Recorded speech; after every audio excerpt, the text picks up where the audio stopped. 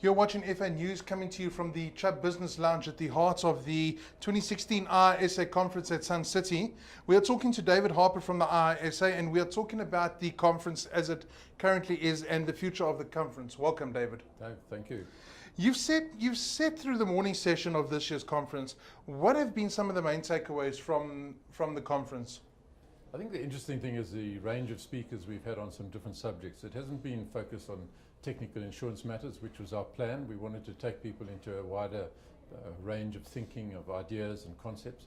To hear the Australian input and what they've experienced with Twin Peaks is very important, because I think there's some lessons there that they've learnt that we must learn by here, and hopefully the FSB and Treasury will be informed by some of those comments. That survey that was done on the Big Five exposure was quite interesting. I think there's some key issues there that we need to be addressing in the country, and some of that links into what we're going to hear this afternoon on the NDP from Trevor Manuel. So that was pretty good. Having just heard Dario Milo now on the whole social thing, I think everyone in the audience is probably terrified of the potential consequences. We've all heard about it before, but he put it over extremely well. Regrettably, I didn't hear Caroline and Reshma's comments because I was actually waiting to meet Trevor Manuel on arrival at the conference. But I'm sure, and I've heard from a few people as I came out, that Caroline did an excellent presentation. There's a lot of international flavour around at the conference, as there was last year. How has the conference grown in your mind? I think part of our plan has been to internationalise the conference as much as possible, and particularly into Africa, outside of South Africa. And the encouraging thing is we're seeing the emergence of more and more of those local southern African countries.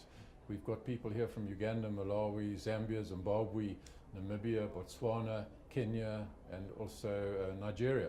And we think there's a lot of common interest among the African insurance population to understand some of the issues. And in many instances, South Africa is ahead of the game in some of the legislative and regulatory areas. So they're turning to us more and more to understand what's coming at them in terms of the regulatory changes. And I think South Africa can help them.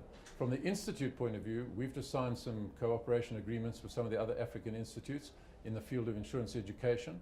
And we're seeing more and more focus coming towards South Africa to engage with us on what we do in insurance education. Now, 1,300 people this year. The conference is growing every year. When are you going to reach critical mass, and what are you going to do, maybe possibly bringing in day visitors, to maybe push up numbers past levels that Sun City can't accommodate in terms of accommodation?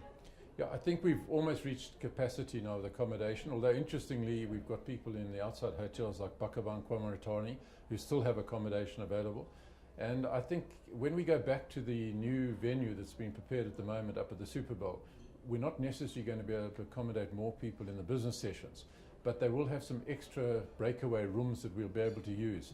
So we'll run a couple of sessions maybe in tandem so that people can pick whether they want to go on something on reinsurance or intermediaries or insurers or an economic or political scene, and they'll be able to pick and choose different venues to go and listen to different talks. That's very much on the risk style that is adopted by the Risk Management Association in America, where you have a menu of speeches and talks and you can pick and choose which ones you want to attend. So I think that's our next level that we're going to aim for. Cater for day visitors? Yes, yeah. We do already, but we've not had too many take-ups from that point of view. We have had some come up just for a day and a night. But the difficulty is people want to hear the 2 days of quite interesting topics. And accommodation is a cost factor here. We know that. But we've tried to keep those costs at the lowest possible level. And by the fact that we keep growing, obviously it's been seen as at least worth spending the money. David, thank you very much. It's a pleasure. Thank you.